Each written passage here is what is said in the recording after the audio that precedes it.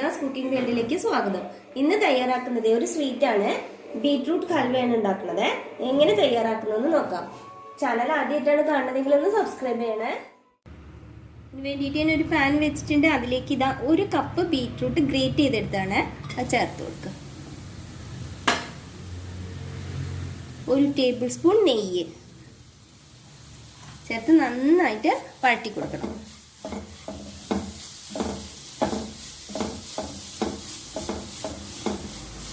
ഇപ്പം ഇതാ ബീട്രൂട്ടൊക്കെ നന്നായിട്ട് വാടി വന്നിട്ടുണ്ട് കേട്ടോ. ബീട്രൂട്ടിൻ്റെ പച്ച വാസനയൊക്കെ പോയിട്ടുണ്ട്.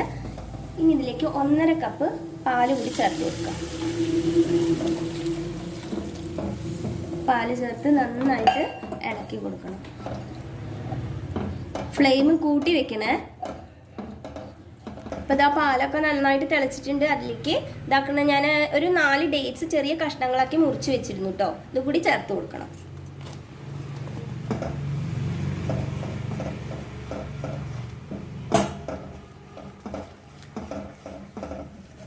ഒരു 4 വെള്ളം എടുത്ത് ഉരുക്കി 1/2 ഗ്ലാസ് വെള്ളത്തിൽ ഉരുക്കി അരിച്ചെടുത്ത് വെച്ചതാണ്. ഇതും കൂടി ചേർത്ത് കൊടുക്കുക. ഇനി ഇത് നന്നായിട്ടൊന്ന് വറ്റി വരണം കേട്ടോ.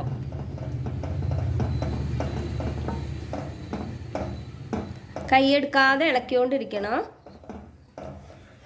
ഫുൾ ഫ്ലെയിമിൽ തന്നെയാണ് ഞാൻ വെച്ചിട്ടുള്ളത്. ഇങ്ങനെ ഇളക്കിക്കൊണ്ടേ ഇരിക്കാം. 1 ടീസ്പൂൺ ഏലക്കായ പൊടിച്ച് ചേർത്ത് കൊടുക്കുക.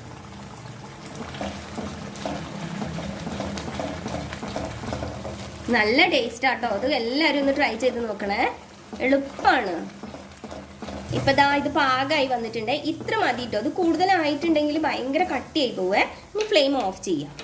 ഏതെങ്കിലും ഒരു പാത്രത്തിലേക്ക് മാറ്റാം. ഞാനൊരു സ്റ്റീലിൻ്റെ പാത്രമാണ് എടുത്തിട്ടുള്ളത്. ഇതിലേക്ക് കുറച്ച് നെയ്യ് ഇങ്ങനെ തടവി കൊടുക്കുക.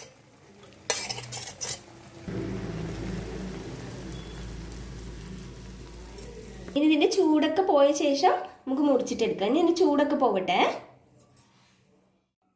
ചൂടാറിയ ശേഷം ഞാനൊക്കെ മുറിച്ച് എടുത്ത് വെച്ചതാണ്.